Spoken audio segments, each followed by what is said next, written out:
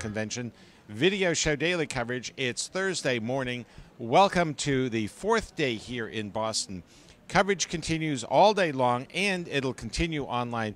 My guest, Dan Terrace. Dan, you've been actually out here talking to a lot of people. You've been out on the show floor, visiting with people, conference sessions. Quickly, what have you seen out there?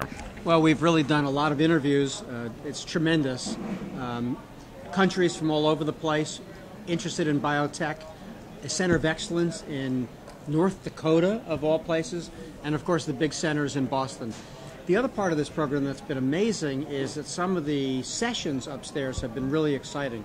So I went to the one yesterday on collaboration, and the speaker from the NIH was amazing in what they're now doing in partnering with industry and partnering with academia. I mean, it's really a new world. This biotech field is going to grow by leaps and bounds in the U.S. and globally. And we were actually seeing that and experiencing it, 24,000 scheduled meetings between people. It's bringing the business community, the academic community, and the R&D communities together in ways that you really couldn't do other than here face-to-face at an event like this. The other part that's really amazing to me is that there are small niche areas that you don't think of as belonging to drug development biotech. This is agriculture, medical devices. They're in the background. They're interested in innovation. They're interested in following what's happening at this meeting. And one of these days, they're going to break through. So you're talking about new ways of agriculture and feeding people and new ways in biofuel. They're just waiting for the right environment to develop. The science is there. Well, it's been great having you here with us all week here at the Video Show Daily, but I'm glad you're here now. We still have a full day of conferences ahead of us. Well, I'm looking forward to the last day. And we will all be in conferences today because there's so much still going on. Thank you for joining us here at the Bio International Convention Video Show Daily.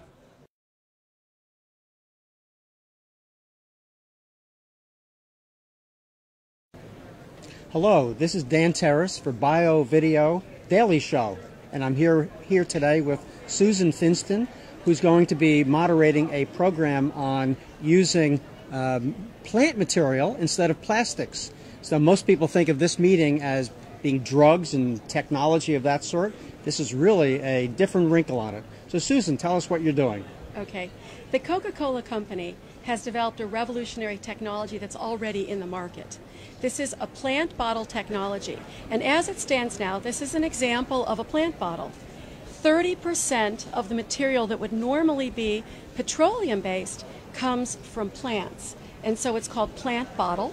It's in the market. This is a Dasani bottle that I got on my flight this morning and was very happy to be able to bring it and show it to you. Tomorrow we'll have a panel talking about the plant bottle technology, what's in the marketplace now, and what's coming next. So how does Coca-Cola get into this technology? How do they get the plant? What is the plant, actually? The Coca-Cola Company has a huge commitment to sustainability. And the entire idea around the plant bottle technology, which is bigger than the Coca-Cola Company, is to build sustainability into the product chain for all plastics, not just bottles. So right now, they are using industrial sugar products or byproducts as a feedstock. And that feedstock is called BioMeg, and it replaces 30% of the PET that is conventionally derived from petroleum products. So I can understand Coca-Cola with industrial sugars. That part I understand. Now, how do you get from Coca-Cola to all these partnerships? Well, that's a very important point. The Coca-Cola Company, together with other brand owners, has formed a collaboration for commercial development of 100% biomaterial bottles and other similar plastics. So this would be 100% bio-produced PET that would not have any petroleum. And that is how we get to all the partnerships. There are R&D partnerships, there are partnerships with non-government organizations or NGOs, and partnerships with other brand owners so that there can be full commercial development and scale-up of this very important technology. So if aside from Dasani, could you give me another example of a partnership either in the development or in the actual product? Absolutely. For the development, tomorrow we have on the panel with us Virent and Gevo. They are the R&D collaborating partners, and they're working on 100% bio-based PET, hopefully to be in the market by 2020. Already, and Dasani is a brand of the Coca-Cola Company, but outside of the Coca-Cola Company, Heinz is already a collaborating partner that's licensing the plant bottle technology. So if you go to the supermarket, you can buy organic Heinz ketchup in a plant bottle that will have the same little logo. And wherever you see this logo, you know that your bottle has 30% less petroleum approximately in each product than would ordinarily be the case. Well, thank you, Susan. I mean, here we are at the Bio meeting talking about drug discovery and drug development, and the focus this morning is on a bottle. I think that's a tremendous advance and a credit to what you're doing and to what Bio is doing in terms of attracting this kind of research. So this is Dan Terrace for Bio Video Daily Show. Thank you so much. Thank you, Susan.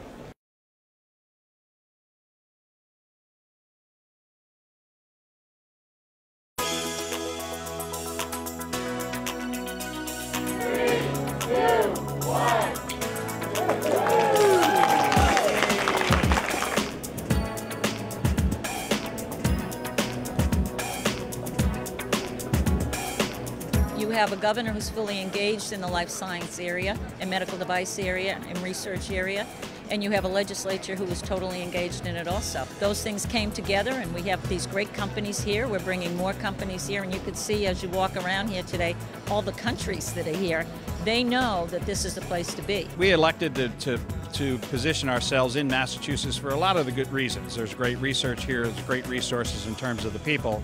And then once we went commercial, we decided that we would start our manufacturing here. As more and more companies become commercial in this biospace, this is a great area in order to place your manufacturing facility along with the research capabilities that are here. We thought that if we were to bring the convention center here, it could be an economic engine that would allow for the proliferation of other kinds of things that might take place here. We have an innovation district and so much more. So this is a dream come true, the largest bio convention in the world right at our doorstep, an estimated spending of maybe $25 to $27 million, 16,000 visitors from 65 countries across the globe. So we couldn't be any happier. This mixed-use development that brings vitality in life.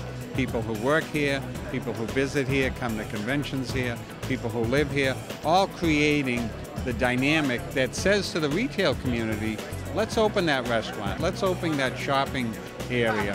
Right now, we can't generate enough by ourselves to create enough massive demand for those things to happen. So the residents, the workers, all coming in and that all coming together will make this an even more vibrant place and even better for the conventions to come. The Innovation District was formed in 2010. Since then, the area has dramatically changed, and only in last 18 months, we've attracted 100 companies to this area, to the Innovation District, and also we attracted more than 3,000 employees to this area. We're here to build up and engage in our communities, so build our economic development, and at the end of the day, we're here to create jobs and create the companies that will employ those people for those jobs. So we're constantly looking at what's going to be next in terms of engineering, in terms of technology. So whether it's robotics or advanced manufacturing, cybersecurity, big data initiatives, or of course the life sciences, genomics, bioinformatics, analytics, all of those areas are growth areas, and we need to put the people in place to make those jobs get created and the companies come alive.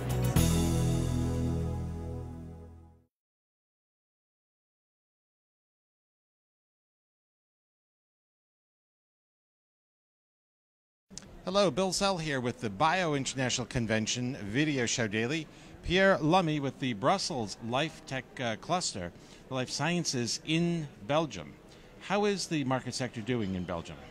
The market is doing very well in Belgium, so we have 278 companies active in Belgium with 24,000 employees in the bio sector. Which is excellent for a relatively small country. Yes, I think it's very good. We have also big companies like Janssen Pharmaceutica, GSK, UCB, and Baxter too. Yeah, thousands of workers. But you also have a very vibrant university community supporting you there with about 8 universities. Yeah, there are 8 universities very active in life tech in Belgium. Now, how is the cluster set up? You really have two specialties there. That it's in the pharma space and also in the medical devices? Yeah, for Brussels, we have then the cluster is divided in biopharma, 50% of the activity, and medtech. But now we have go to the life tech conception because, you know, there are a cross between the two sectors. Absolutely. Yeah. And is it growing still as a sector for you? It's growing, and in fact, now we try as a cluster to promote and to push the activities in Brussels. Excellent. In terms of partnering, things that you might have come here to the Bio International Convention for, how is the convention working out for you? It's working very well. In fact, we went into the exhibitor partnering system, and now we have 98 partnering which are already scheduled. Plus the informal many hundreds possibly yes, of those. Yes, for sure. Yeah. And in terms of meetings and formalized activities within the pavilion space, it actually turned out very successfully then. You met the people you were looking for? Yes, we met the people we want to meet. The companies are very satisfied. We already made some debriefing with the companies, and it's doing very well. And looking forward for Chicago 2013, is it likely to see you back? Yes, we already have the registration for Chicago 2013. Excellent. And in terms of companies, the companies with you, the partners within the pavilion, are they returning as well? I think a majority of them will come back, but there are also some change, new companies and things like that. Excellent. Yeah. Well, it sounds like it's a growing sector. Congratulations on that. Thank you. And Pierre, thank you for joining me here. Thank you too. This has been Bill Sell for the Bio International Convention Video Show Daily.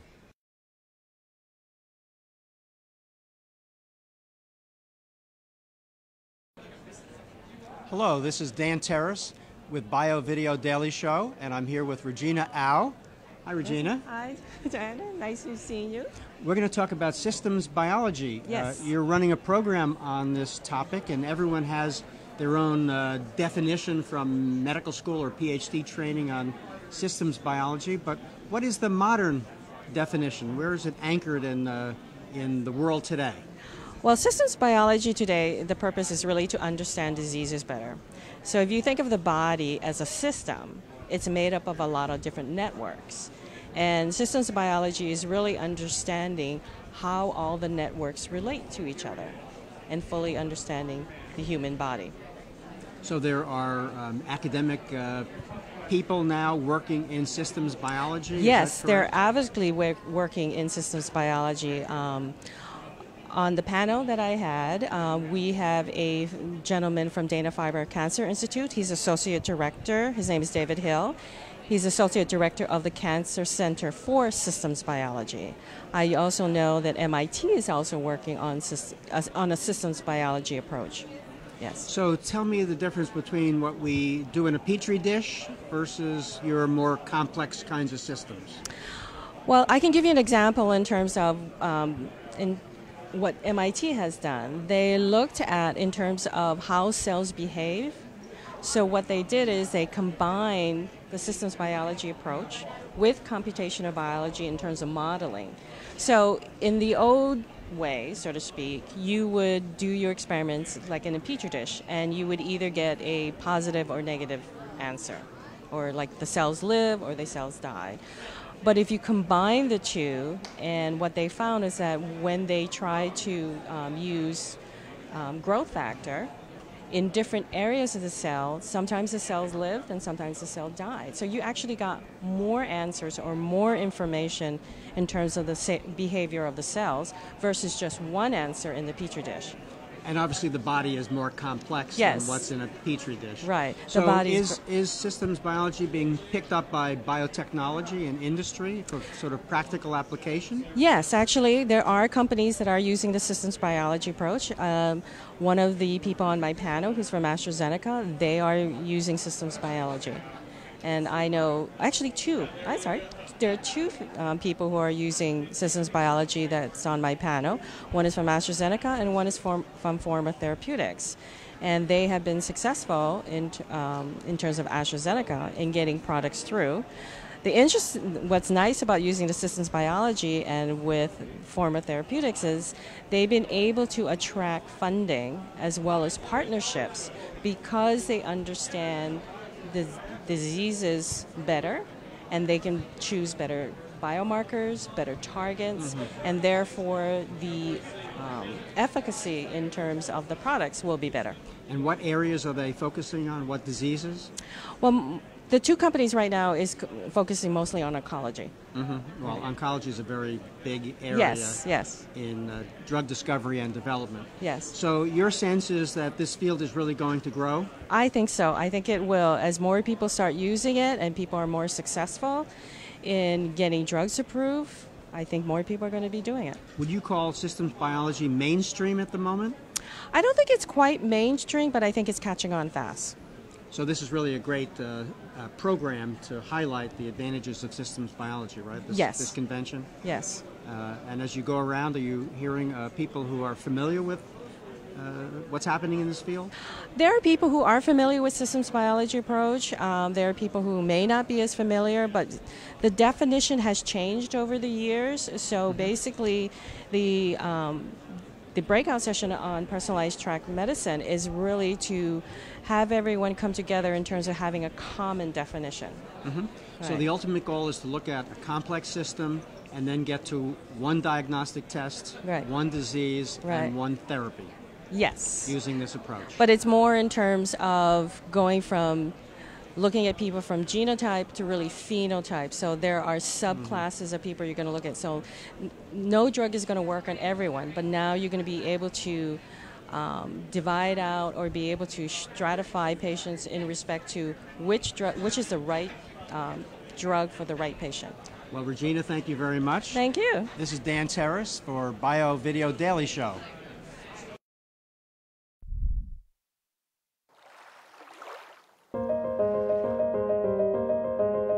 It takes 10 gallons of water to produce one slice of bread, 35 gallons to make 1 cup of coffee, 635 gallons to make 1 hamburger. With global population expected to increase by 30% by 2050, and more developing nations transitioning to higher standards of living, regional water shortages and peak water issues will become more widespread. Only 2.5% of the world's water supply is fresh. And less than 1% of fresh water is accessible surface water, with the rest locked up in snow covers, glaciers, and underground aquifers. While North America has 15% of the world's fresh water supply and 8% of the population, China is the inverse, with 7% of the world's fresh water supply and 21% of the world's population. According to some estimates, 1 billion people today live without access to clean drinking water. Global consumption of water is expected to increase by 40% over the next 20 years. And according to some estimates, more than half of the world's population could be living under conditions of water stress by 2025. This water stress could further exacerbate regional water issues and border disputes. This is already happening in the Middle East. Agriculture consumes 70% of the world's fresh water supply, and as water constraints rise, so will the food costs. There is no substitute for water, and the supply of water is essentially fixed. We will have to increasingly rely on higher cost water desalination technologies, water reuse, and conservation.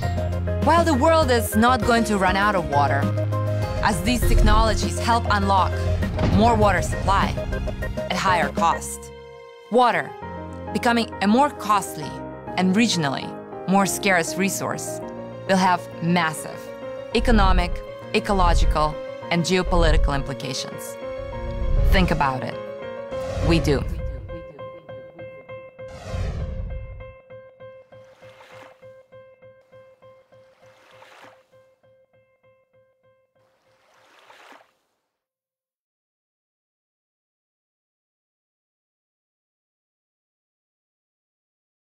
This is Dan Terrace. Hello. I'm with the Bio Video Center, and I'm here with Kiran, who's a well-known entrepreneur from India. Hi, Kiran. Hi, Dan. Tell us about Bio-India. There seems to be a lot of interest in spin-offs from this type of a meeting. Well, you know, this is the third edition of Bio-India, and you can see that it's gaining a lot of momentum and a lot of visibility, because I think the India biotech story is unfolding very rapidly. And we are getting to see very interesting companies sprouting in India in the biotech space across very diverse sectors in biotechnology, you know, ranging from biopharmaceuticals to biofuels to enzyme companies to agri-biotech companies. So it's a very, very exciting time for India. Actually, you know, the biotech sector in India has been growing over the last decade. And it is now beginning to reach critical mass. You know, many companies are scaling up. So I think that's why the whole India biotech story is becoming very visible on the global scenario. Now, Kiran, you're a role model in India for what you've accomplished. Would you have predicted 10, 15 years ago the growth of biotech in India? I think, to be very fair, I think we did expect this to happen, because I think 10 years ago we basically had a pretty clear roadmap. And, you know, we had a pretty clear understanding of what it would take to get there. We predicted this, the size of this segment to be about $5 billion, and that's exactly where we are today. So we've been pretty accurate about forecasting. But I think the potential is much greater. And I think today the Indian government is enabling that growth in a much more robust way. I think they're putting into place a lot of very good incentivized programs, funding, and doing a lot of stuff which really will propel growth in this sector. So this meeting, this bio meeting, is obviously a template for what you're doing. Do you see the same kind of partnerships developing? I mean, that's obviously the strength, one of the strengths of this kind of program. So you hope to attract an international people coming to this? I think the very purpose of Bio-India is to provide an international platform and for partnering discussions. And I think it has been very successfully achieving that over the last 2 editions. This year should be much bigger, and there should be far greater interest in what's happening in India, because 2 years ago it was in its nascency. I think today you're seeing a lot more happening in India. There's a lot more interest in India. And I think India as a market itself is very attractive. Yes. So I think when you put everything into context, emerging markets, India, innovation, biotech, that whole combination is very, very exciting. And I think we expect this year's Bio-India to be a big success. So tell us when this meeting is and where. It's in Mumbai on the 12th and 13th of September. And we just hope that everybody gets to Mumbai on those 2 dates. So maybe you should have Fareed Zakaria as a tour guide and fill up a 747 heading to Mumbai. Well, Fareed Zakaria is a Mumbai man. So, you know, no surprises if he happens to be there on the 12th and 13th of September. I think what everyone is impressed about India is what Fareed has been talking about, and that's the entrepreneurial spirit despite government. That's true, but I think, you know, government has been playing a very enabling role in biotechnology. And, you know, biotech is one sector that unfortunately can't do without regulation in some form. But I must say that at the moment, the government of India is very supportive. And I think biotech is going to be a big, big growth story for India. Well, Kiran, great talking to you. It was a pleasure. Thank you very much. This is Dan Terrace for the Bio Video Daily Show. Thank you.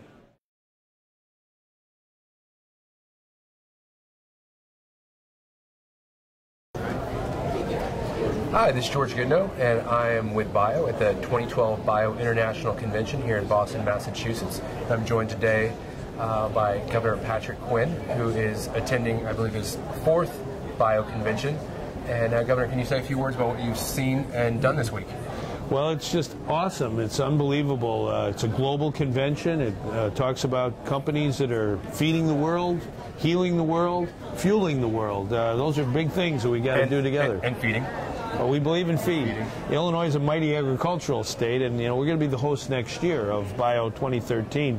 Begins in April 22nd, and we want to invite everyone to Chicago, Illinois, because Bio is really a gathering, an international gathering of great people, institutions, academics, companies. It's a great place to learn. That's right. Well, Chicago or the state of Illinois is a biotech hub. Well, Abraham Lincoln was a pioneer in biotech. He signed a law that established the land-grant universities in our country, including the University of Illinois. And they're really, in our state, we have the University of Illinois and Northwestern University, University of Chicago. These great academic institutions are clearly part of the biosciences, the biotechnology, the movement itself. That's right. All right, well, we are looking forward to the Bio Convention in Chicago in 2013. And on behalf of the bioscience industry and the biotechnology industry organization, we thank you for joining us here in Boston and look forward to seeing you in Chicago. Well, we invite the whole world to come to Chicago for the Bio Convention in 2013, April 22nd through the 25th. You'll have a great time, I guarantee. Thank you, Governor.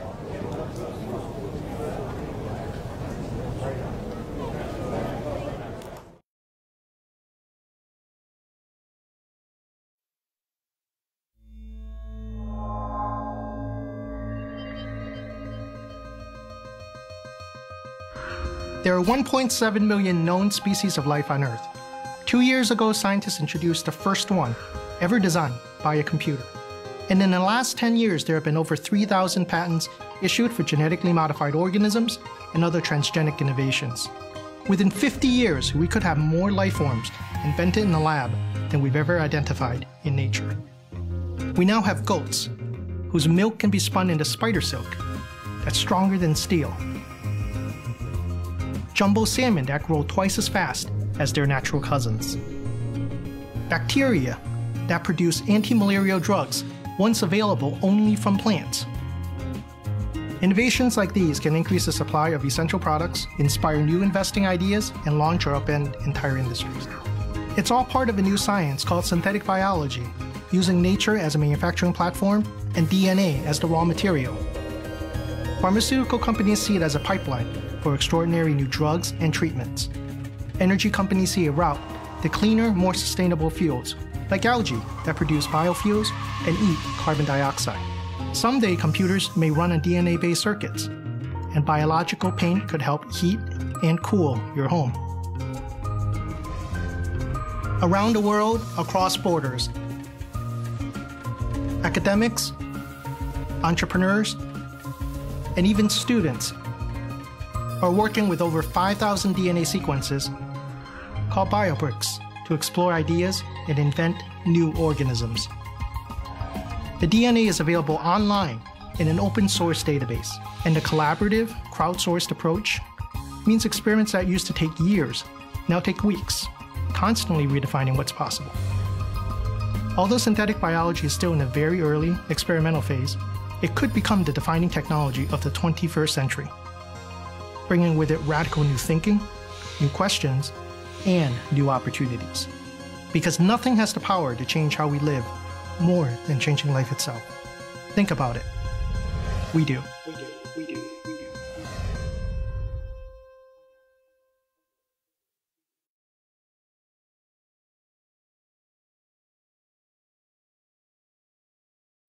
This is Dan Terrace for Bio Video Daily Show, and I'm here with Neil Gutterson. Hi, Neil. Hi, Dan. Who represents biotechnology in agriculture. Yes. Now, out there in the main exhibit area, you see ecosystems related to drug development.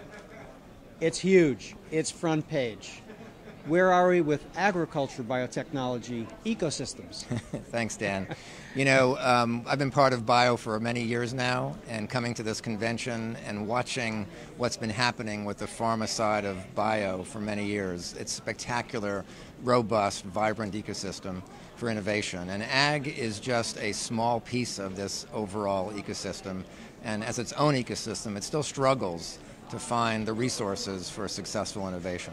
So it's an issue related to resources, not necessarily the scientific component of developing new products. That's right. The science is very similar between ag and pharma biotechnology. There's a common underpinning, but the issues have to do with the length of time to bring products to the market. They're equally long for agriculture as they are for pharmaceuticals, and the end game of value isn't as big. And so investors are a bit more conservative about investing in agriculture, given that the payoff isn't as large. And frankly, there's also significant regulatory uncertainty. But if you look at the value from consumers, from people, from populations, you would think that food and biofuels would be critical to where the planet is going. Absolutely. Well, there's no question, especially in the last 5 or 10 years, the world is much more aware of the need to increase productivity. And so in many ways, ag innovation is about increasing the productivity of our land, using land more efficiently, using light more efficiently, using water more efficiently, and companies like ours at Mendel are very focused on that sort of resource productivity. So aside from the politics and the regulation and the funding, big things, how have you worked with as a small company with the larger agriculture companies? Yes, so one of the options for a small company starting out, which we did in 1997, was to approach strategics as opposed to approaching venture capital for financing. And we did that. We've been partnered with Monsanto for 15 years now as one of our prime partners. And we've been, I think, one of the success stories of the ag biotech innovation landscape. We now have products that are not very far away from being used by Monsanto in their corn and soybean seed products that will enhance yield by significant amounts and create significant value for growers. So your focus is on the science side of this equation, the partnership. That's right. We are definitely, we have about 100 people in Hayward, California. Probably 3/4 of the organization is involved in science, everything from the lab bench to growing plants and watering plants in the greenhouse. And of course, a lot of people are interested in biofuels. What's the story with biofuels? Right. So, you know, we've watched ethanol as a foundational biofuels. Most of the ethanol today still comes from starch and sugar, and the development of new biofuels and new options for biofuels still is centered on first generation for the most part. And Mendel actually embarked on a second generation effort in biofuels looking at cellulosic feedstocks. But in some ways, it's a little early for that innovation cycle. The world is still focused on first-generation feedstocks, but I think we will see crops like miscanthus and switchgrass and others being used in the future. Switchgrass, yes. I think the world is ready for that. It'll be great when it is. And so we continue to look at that area, but to be honest, the focus, I think, for a lot of ag innovation has to do with actual animal productivity as well as crop productivity. Mm-hmm. And you can find all of that actually in Bio's Food and Ag section. And what value do you see coming to this meeting? Well, you know, it's great for one thing to talk to the people that we know a bit in the food and ag side, but we have people we've gotten to know very well on the pharma side. There are a lot of nice analogies we can learn about in terms of the innovation ecosystem that we started discussing, how to source financing, how to partner, and really to think about the landscape, because one of my goals personally would be to retire at some point, having helped create a more robust ecosystem for ag innovation. Well, Neil, thank you very much. Very nice meeting you. And this is Dan Terrace for Bio International Convention.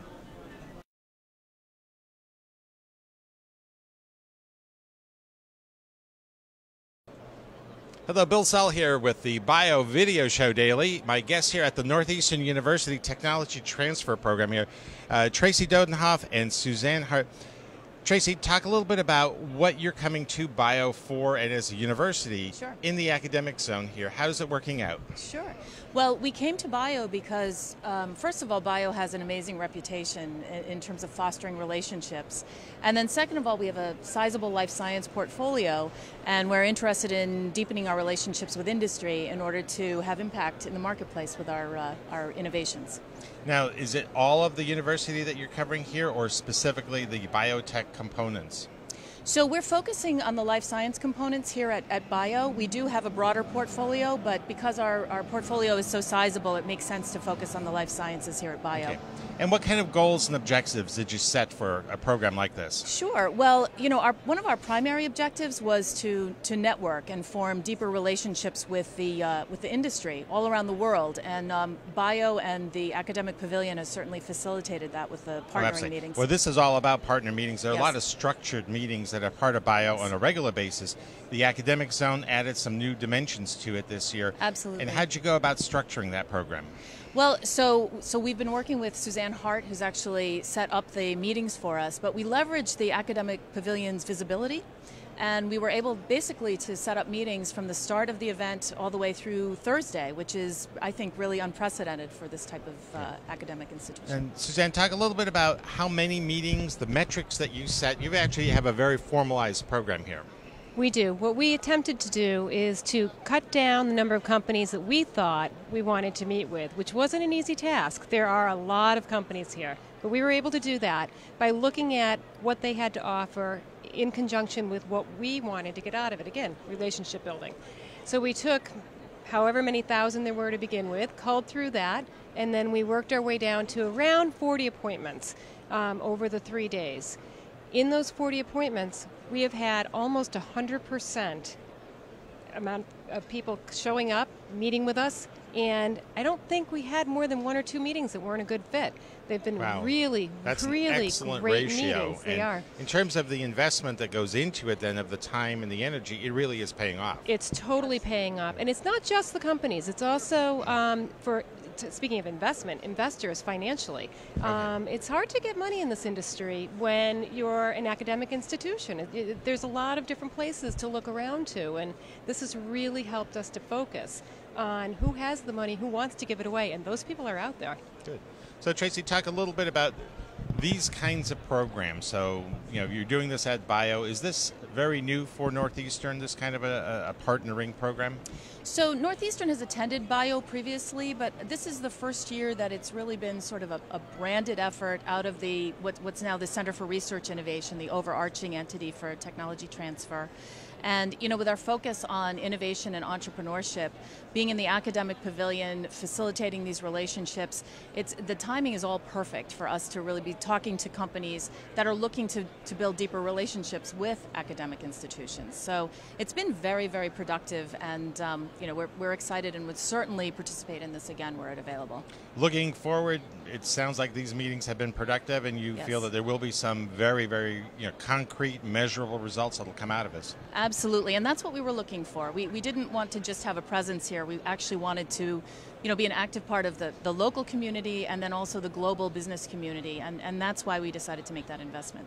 Well, thank you, Tracy, Suzanne, and Thank you. enjoy having you here with us on the Video Show Daily with Bio International Convention.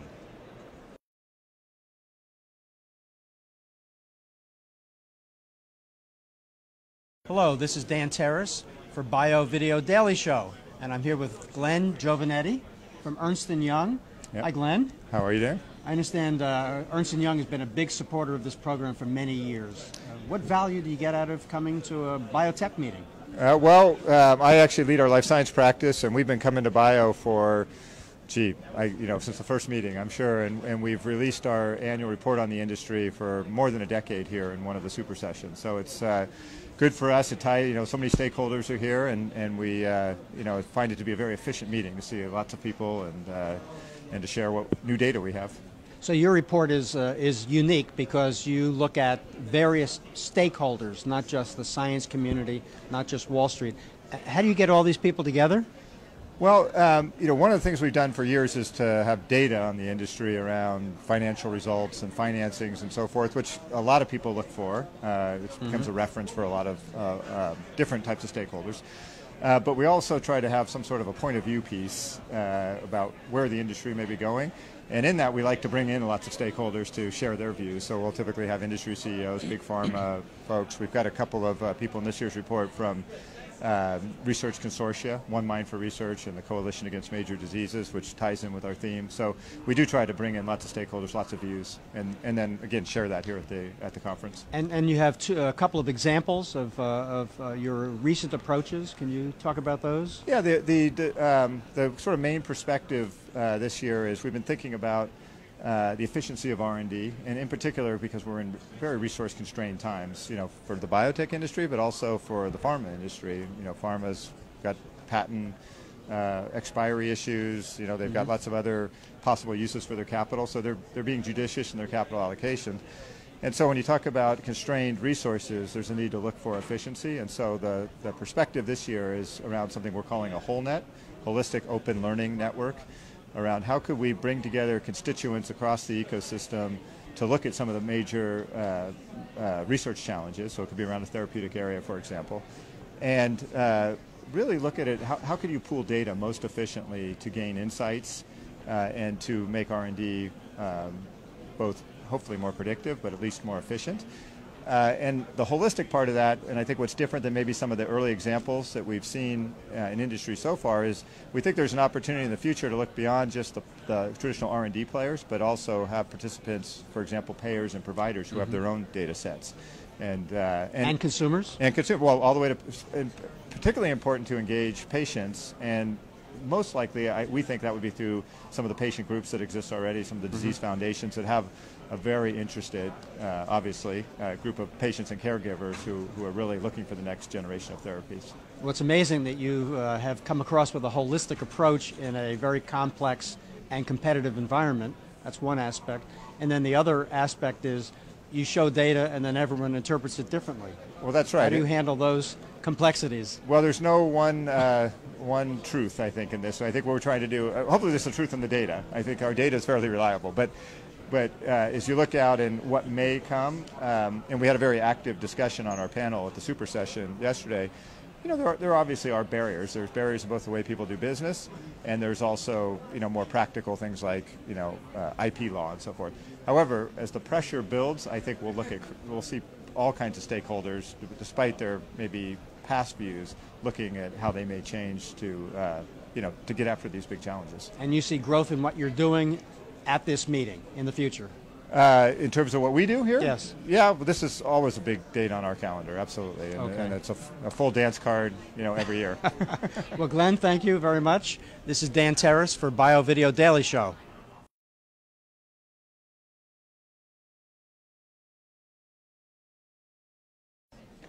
Hello, Bill Sell here with the Bio International Convention Video Show Daily. With me, Massachusetts Legislator of the Year. Congratulations. Thank Senator you. Karen Spilka. Thank you very much. And Massachusetts has a lot going in the biotech sector, the life sciences, but especially what you've been seeing and lately, the last couple of years, a lot of new initiatives. So talk a little bit about some of them. Well, a few years back, the legislature passed, working with the governor, the Life Sciences Initiative, which really put a focus for Massachusetts and a collaboration. So it was a collaborative focus, and I think that's one of our strengths, the focus on the life sciences and the biotech. And it sent a message out to not only the other states, but to the world that Massachusetts is ready. We are ready for you as a biotech company to come to Massachusetts. We want to work with you. We want to nurture you. We want to help you stay and grow in Massachusetts. Yeah. And there are a number of agencies and organizations, the Mass Life Sciences Center, Mass Bio, a lot of groups out there really structured to help facilitate this. Yes, yes. And we also, 2 years ago, when I was chair of economic development, working with the Senate President, we did an economic development reform and reorganization bill to make it easier to do business in Massachusetts, and also to coordinate all of the agencies, the quasi-publics, so that everybody is moving forward together. Yeah. And we've seen academic community, the commercial sector, the medical institutions all really actually teaming up in many, many unique ways. Right, and that's why I think people can, it is all here in Massachusetts, and we are unique, whereas other states are having, whether it be fiscal problems or the branches of government are not on the same page or whatever, we are all together. We're working with our academic institutions, both our public and private. We're working very closely with our businesses. And so government, businesses, academia are all moving together. And there really is a lot of collaboration. So the Massachusetts has become the hotbed for biotech. Sure, and they were talking about it as a super cluster, but it really is like even more than a super cluster with just the trifecta of all of the different groups working together. Right, and it really is exciting. I sat in on some of the Global Connect meetings from some of the other companies, whether it be China or Korea and some of the other countries that want to do business with Massachusetts. And for some of them, they're not even certain exactly what they want to do, but they want us to sign a memorandum of understanding because they know they want to grab Massachusetts before we get caught up with other countries. They want to grab Massachusetts to be a part of this Massachusetts miracle, this Massachusetts growth with the biotech industry. Well, congratulations on the recognition, really, of Thank all you. of the hard Thank work. you. I'm it honored. does finally pay off. And right. Well, it's exciting. It really is exciting to be a part of this whole industry moving forward and really growing in areas of the state and creating jobs and helping people. I mean, that's one thing that we cannot lose sight of. This industry is also helping a lot of people. It is making incredible strides in so many areas, whether it be cancer or multiple sclerosis or cell growth, and it's really fascinating, and it's a terrific industry to have here. Really, and something new every day we're hearing about the breakthroughs from all the different companies. Yes. Well, Senator Spilka, thank you for joining me here today. Thank you for inviting me. And this has been the Bio International Conventions Video Show Daily.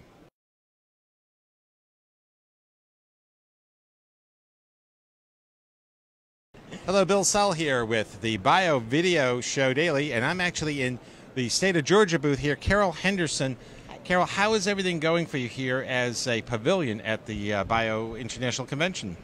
This is a great year. Boston, of course, is a mecca for bio, so we were real excited to come to bio this year.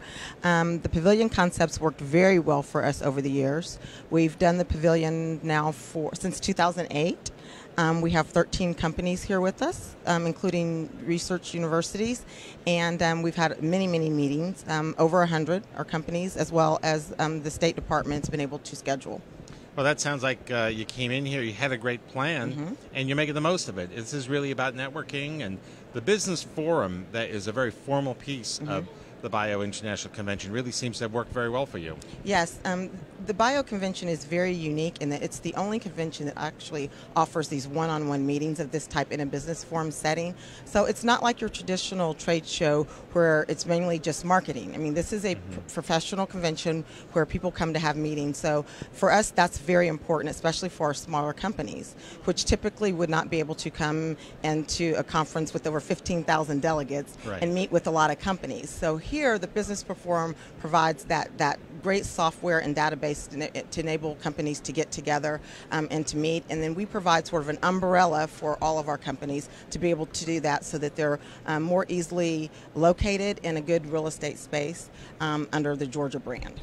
And it really is a bringing together of three different groups. You've got the state agency, you've got academia, and you've got the business community. Absolutely. And so we really want to showcase our assets. That's our primary goal here, is to showcase all of our industry assets, including our thriving world-class universities and our companies. We've got large companies as well as small companies.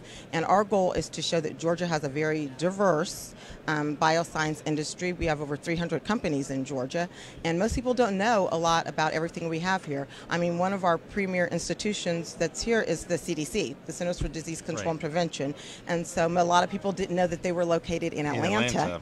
And so having them in our booth also has helped raise our profile. In terms of the kinds of activities in life sciences and in biotech, it really is from the medical side to agriculture and foods. Absolutely. It really runs the full gamut. Yes, absolutely. All of our industries, we've got medical device companies in Georgia. We've got a very thriving research and development base in Georgia. We consider ourselves the crossroads of global health because we have many institutions, nonprofit and for-profit, that focus on world health issues and world health diseases. And the infrastructure for the state is there. You've got the airport with Hartsfield. You've got the academic areas. You've got labor force. and you've got work rules that really are very pro-life sciences. Absolutely. I mean, one of our premier, what we consider a state incentive, but more than anything, a workforce development program is Quick Start. And we brought them here to help showcase many of our companies in Georgia. Many of the companies here in the pavilion have worked with Quick Start, and they provide a world-class free training program for our companies. Dendrion, a company that recently located in Georgia, used them to help build their workforce. So we want to make sure, again, that we provide all of our industry assets and that we showcase them all on an international stage. And being a double helix sponsor at Bio has allowed us to do that. It's provided us throughout the year, as a double helix sponsor, we are able to get many benefits on marketing and branding. Absolutely. So not just this show, but we're also branded and allowed to be able to market for all of the bio conventions throughout the year, the smaller meetings as well as the larger. Around the world. I mean, it really Absolutely. is a great partnership. It is. Well, thank you very much for joining us here today, and good luck with the rest of the program here. Thank you. Okay. This has been Bill Sell with the Video Show Daily.